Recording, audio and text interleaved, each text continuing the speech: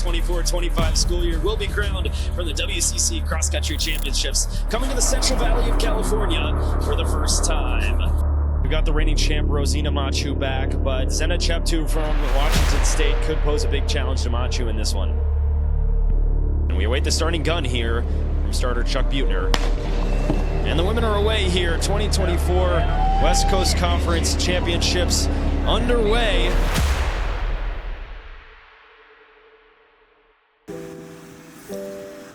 All right, we're walking the course with Gonzaga senior Rosina Machu. And Rosina, you had a breakout season last year, WCC champion, All-American in cross country at the NCAA level. Do you feel pressure this year to match that breakout season and try to improve on that? Just like a little bit, but not like too much like pressure, knowing like, hey, let's kind of like try to like match what we did last year, but maybe a little better, you know? But other than that, like, I feel like there hasn't been like too much pressure surrounding like what I should be like doing this season. I think for like me, myself, like knowing like, hey, we did this last year, like, let's just keep it rolling, like just do the same things we've been doing, be the same person I was like last year, and just like have fun and enjoy it, and like let those come along with what we've been doing. Let's rewind the tape to your childhood. You know, growing up in a refugee camp in Ethiopia, what do you remember about the difficulty of that experience, or what do you remember in general about that part of your life? Just that part of my life, I just remember being like a hard time for not just me, but also my younger sister, my mom and dad. Like being in a refugee camp, it's not easy at all. Like you don't have access to like a lot of stuff like medical care and like just like the everyday like basic necessities and stuff. I also did have some of my best childhood years in Ethiopia as well. Like a bunch of my cousins like were also in the refugee camp as well. So I had people like around the same age as me to hang out with. Like my mom and my dad, they did everything they could for us. So like I was super grateful for that. And then for them to, when we were accepted to like seek asylum to come to the United States, I think I'm super grateful for my parents for them to take this like opportunity, like not knowing anyone, just with like the clothes on their backs, and like to take me and my sister for us to have a better opportunity. Me and my older cousin were pretty like mischievous little kids. Like we'd get into a bunch of trouble all the time. We'd sneak into places we weren't supposed to be going to, and we'd just have a lot of fun just like messing around with each other and our parents. But yeah, it may have been a hard time in my life, but I also did have some of my fondest memories there. Does that kind of journey, you know, help keep things in perspective now and not get too high or low, you know, when it comes to athletics and academics? You know, knowing that you've been through difficult things in your life, does that help you keep things in perspective as an athlete now at Gonzaga? Yeah, definitely, for sure. Sometimes when I think things are getting hard, I just kind of have to remind myself I'm in a better place now. Like there's been times where I've had tougher times where there was nothing I could do but just make it through those tough times. So like now when things do get hard, or like I think it's not going my way, I have to like remind myself and just be like, hey, like be grateful that we are able to be in this place, and be like, oh, school is really hard, like athletics is getting really hard, just to know that I have the opportunity to like even like say these things, where like there's all around the world, there's like kids and like families who like don't have these things. So I just have to keep myself grounded and like remember like, hey, this is like something that not many people around the world get. And you moved with your parents and your sister from Ethiopia to Idaho, right? I imagine that must have been a culture shock. Well, what was that transition like? You know, your early days in America, what do you remember about that? Yeah, so actually we went from Ethiopia to Pennsylvania, actually. So going from a super, super warm, hot climate to Pennsylvania in like the coldest times, the weather was a big change for us. Like we've never experienced snow. I think in Ethiopia, I've experienced rain 2 times, but going to hot, like dry weather every day to snow and rain. I remember the first time my family and I saw snow, we just did not know how to react or like what to do with it. We're like, what is this stuff? And I just remember being like, I don't like going outside now. I can't go outside ever again. So I was like, I just don't like the cold. Traffic and like cars and stuff like that. One of my first memories was that I almost got run over by busy traffic because I just didn't know how street lights and like cars worked. So I just ran across busy traffic in Pennsylvania, and that was when I learned that you can't just run around like you used to in Ethiopia. Like you have to actually be careful of like what you're doing. But another culture shock for me, I think, and my family, how things were so different here. Like everyone was like, Ethiopia people were really kind and stuff too, but like how kind people were here in the United States and how they're so willing to help everyone. Like that was a big shock for me, and I think it was probably the best shock. The food was definitely something new. Like I've never had such sweets and like candy and all that kind of stuff. That was one of my favorite things, like coming to the United States, like knowing that I have the luxury to like a lot of candy and like ice cream and all that kind of stuff. I understand your dad's a big soccer fan, so you're not playing college soccer, but you're running. Like, what do they think about your experiences running? Do they kind of understand how good you are at what you do? Not really. Like I'll tell them like what I've done, like and stuff, and it's like, oh, great job, like they're proud of me, obviously, but like sometimes like they don't know running that well. You know, when you have your parents are so involved in your sport, it's just like sometimes like they're always like giving you all the advice and stuff, and it's just like, yeah, Dad, I've tried that. Like, clearly it didn't work in the race or like the game or whatever, but like my parents just like barely knowing track like makes like doing track so great, just because like I know they're not going to be like, well, you didn't run this time or anything like that. Like they're just supportive and just happy for me because they know I love running. So, and they don't know much about it, so they just cheer for me and all that kind of stuff. I mean, I wish I did play soccer. Sometimes I think like, wow, if I did play soccer, what kind of soccer player would I be? But I'm glad I chose running. I understand that you kind of started running third grade fitness tests, like you crushed it in the mile. So did you just kind of start because you were good at it and then it evolved into really loving the sport, or did you love it from the very beginning? No, it was definitely, I did it because I was good at it. Like we were doing the fitness testing and PE, and I still didn't really have a concept of like a lot of the stuff in third grade, especially like fitness testing and like why we were doing it. So the day when it came for the mile run, I just shut up and then kind of just ran. Like I really didn't know what I was doing, so I just kept running and running until we were done. And then like a couple of days later, my PE teacher was like, you should really join the track team when you're in 5th grade when you can. And I was like, I don't want to do that, but sure, I'll do it. And like every year, like somehow my time just kept progressing in the mile. So I was like, okay, I guess I have to join. So I did, and then like I did kind of enjoy it, but not really. So I still didn't know how the training was supposed to be like and all that kind of stuff. I mean, I think you're just supposed to have fun when you're in elementary school. And then one day my guidance counselor was like, are you gonna try out for the cross country team when you get to junior high? And I was like, what is cross country? Like this sounds even worse than track. So then cross country comes around, and like in junior high, and I joined, and I actually did really like cross country a lot more than I did track. When I joined Boise High's track and cross country team, I think that's when it really started to like mean more. And I was like, I'm actually starting to like this. Like this is fun. Like I get to run with my friends every day, and it's basically just hanging out with your friends, but you have to run and work out.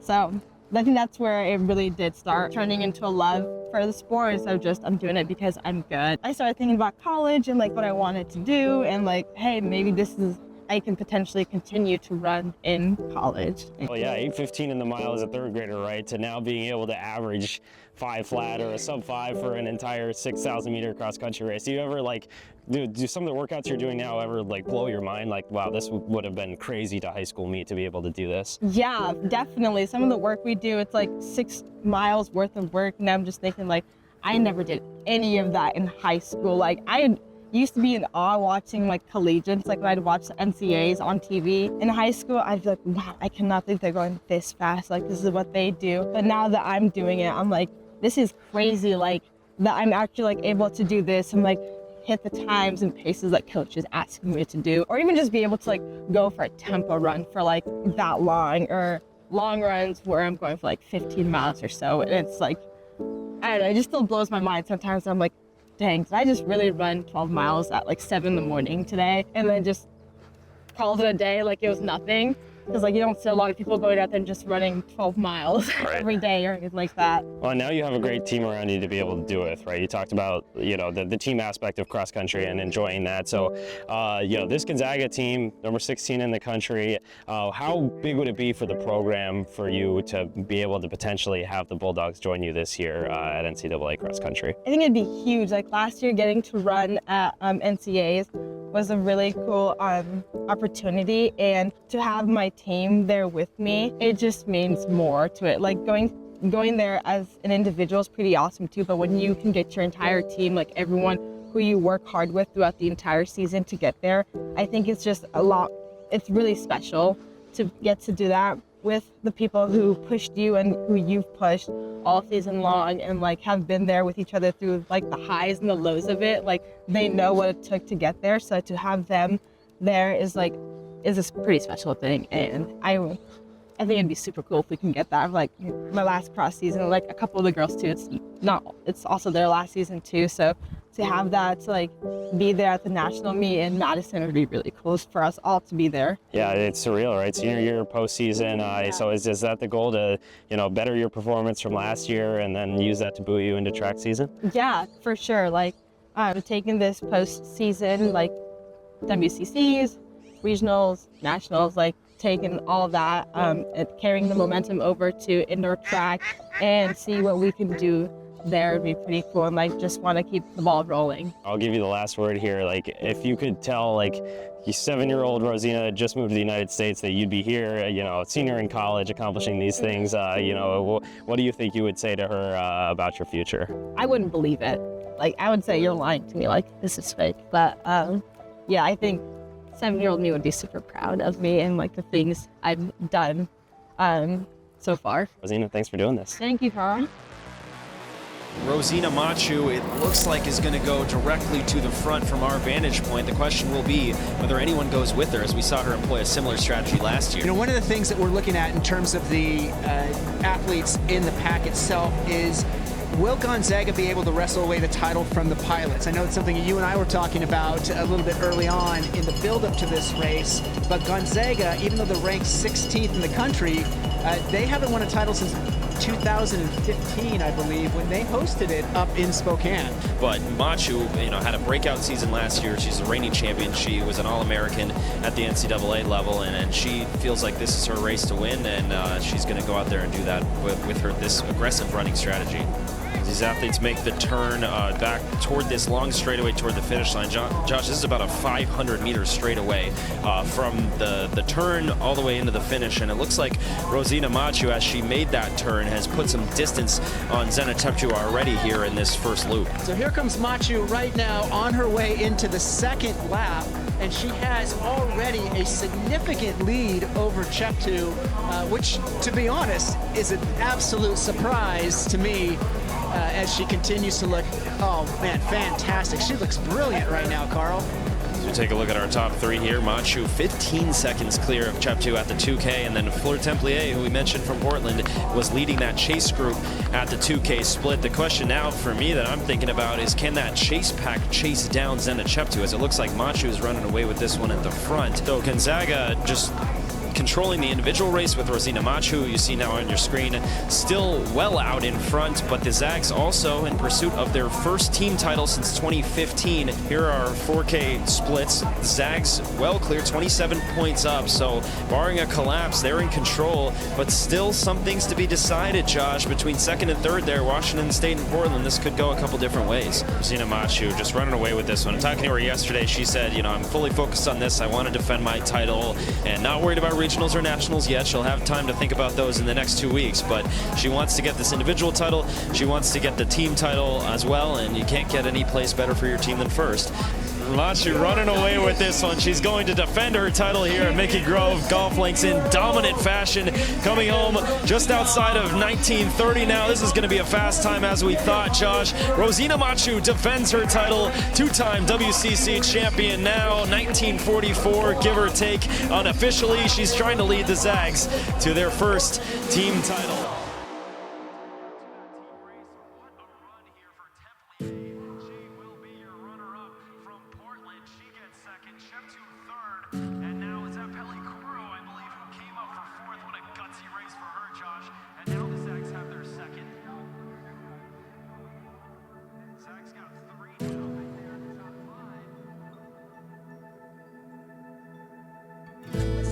about the team. So it's the first team title since 2015, which actually was in Spokane, if I remember correctly.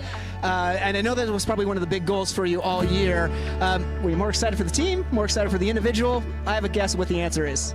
Team, obviously. I think this team, it's pretty special. Like, we've been working up for this team win for like the last, I think, 4 years since I've been here. We've been so close every year, and I think this year we finally like got it together, and we're like, let's just go run this thing. Let's be ourselves. Like, we don't need to change anything. Like, we know who we are. Just go into this race, be confident. Don't do it just for yourself, but for each other. And like the girls in the past who've like worked so hard to bring this team up and everything they've done for us. So we're just like, go out there. Don't do this just for yourself, do it for your team, and if it's starting to get hard, think of each other and all the things we've done to get here. For the time of 1945, back-to-back champion from Gonzaga, Rosina.